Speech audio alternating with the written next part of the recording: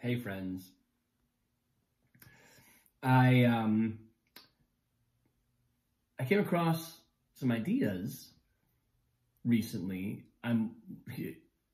Heads up, fair warning, I'm listening to another book about parenting.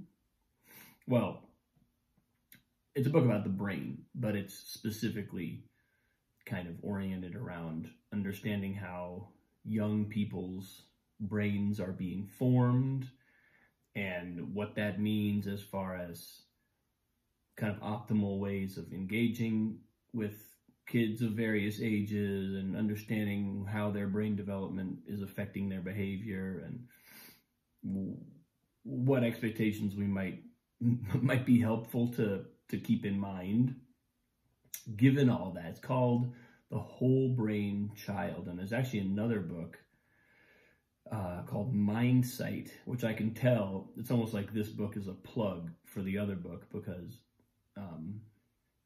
they keep talking about mindsight as a technique, and it's a really fascinating thing. You know, it's written by a couple of neuroscientists, and they really have they've done a really great job of kind of outlining, for example, when your 4-year-old, say, is having a tantrum, how to identify, well, what kind of tantrum is it? Is it a tantrum that's happening in this part of their brain, that they're kind of consciously doing this on purpose, or is it happening in this other part of their brain where they're completely out of control and they have no real ability to slow themselves down or to pull themselves back from the brink? And so obviously we're going to, engage differently based on, if we can identify that, then we can engage differently. But one of the things that they have brought up in this research, and it's something that I've come across a number of times now. The first time I learned about this, it was in the context of a theater class taught by a brilliant theater pedagogue who also does a lot of psychological research and does his, he's way up on his own psychology and neurology game. And it's the idea of mirror neurons. This is, I think, a relatively recent discovery. And mirror neurons are these neurons in our brain that are associated with activities, right? Or behaviors, eating.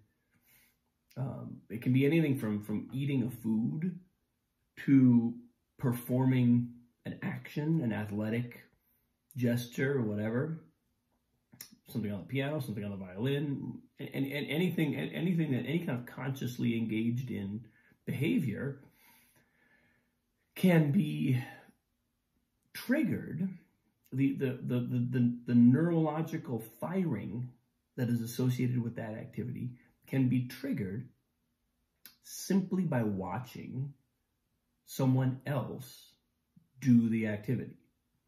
So, like, I think the early discovery of this took place when they were doing an experiment, and they were testing how monkeys' brains, regions of monkeys' brains light up when they would eat certain foods, and so they had these, they had monkeys strapped into machines, and they had brain scans on them, and they could tell when a monkey eats a peanut, okay, this is what happens in his brain.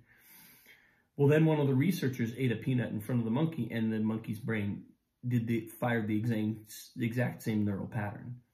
And they were like, whoa, what is these? And so they went in and recalibrated the whole exercise and have discovered that we can provoke a kind of sympathetic neurological response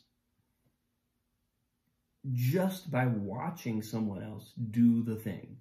So this is kind of like, I felt like I was affirmed in my own instincts with Annalise, because ever since we started her violin lessons, I've been going in and essentially videotaping each exercise they do. She works with her teacher, and her teacher's fantastic about like really moving them through exercises, keeping Annalise engaged, has her focused the whole time.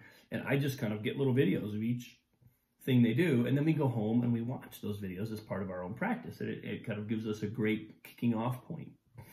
And I've even found that even if we don't do all the things that we watch, even if we come home and we watch the videos, but we don't necessarily physically do the same thing every time, there's a really remarkable amount of accrued skill and accrued improvement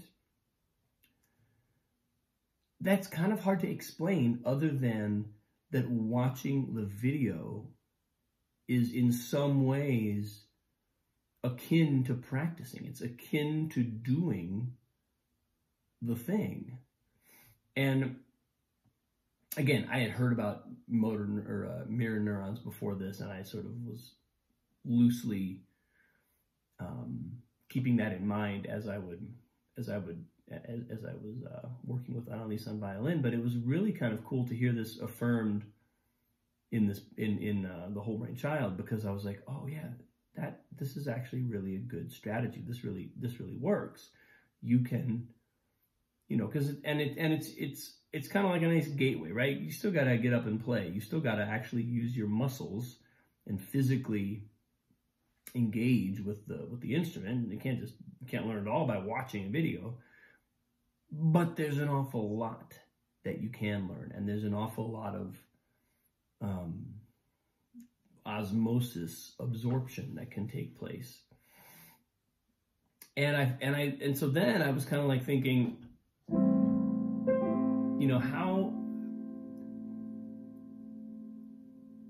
how can I employ this in my own life?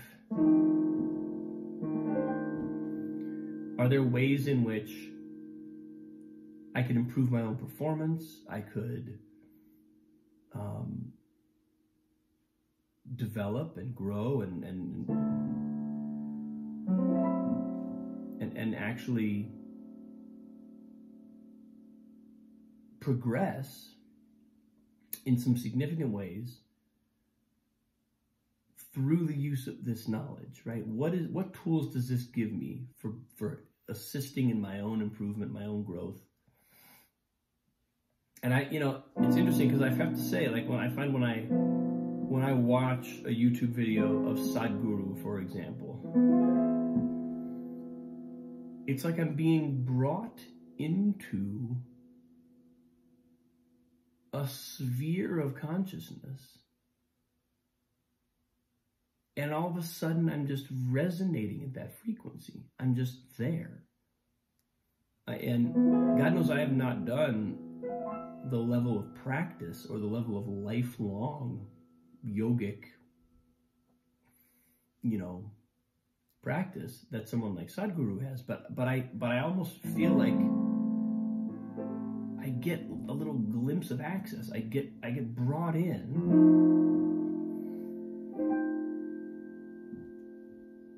simply by observing and by being in resonance with that. And so this idea of mirror neurons brings me somewhat closer to maybe understanding how that's happening on a kind of rudimentary, fundamental human biology level. My brain is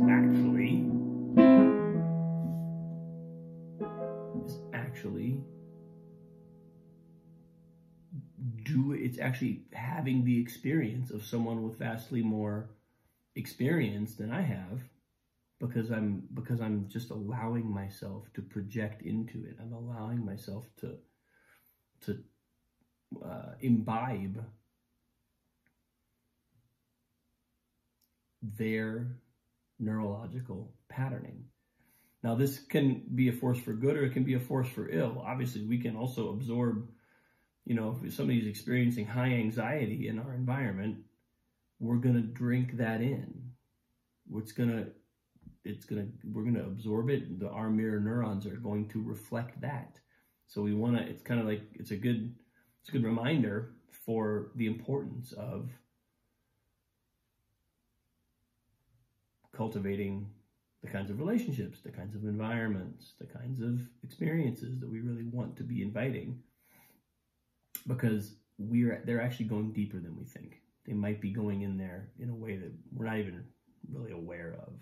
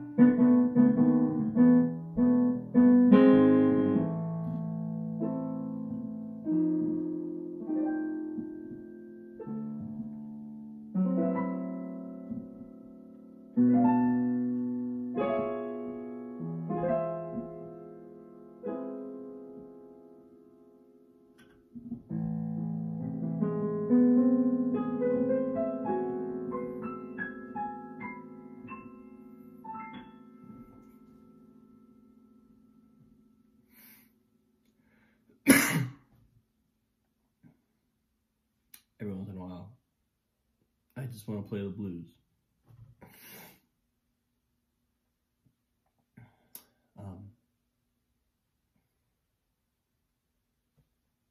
Thanks for watching, folks.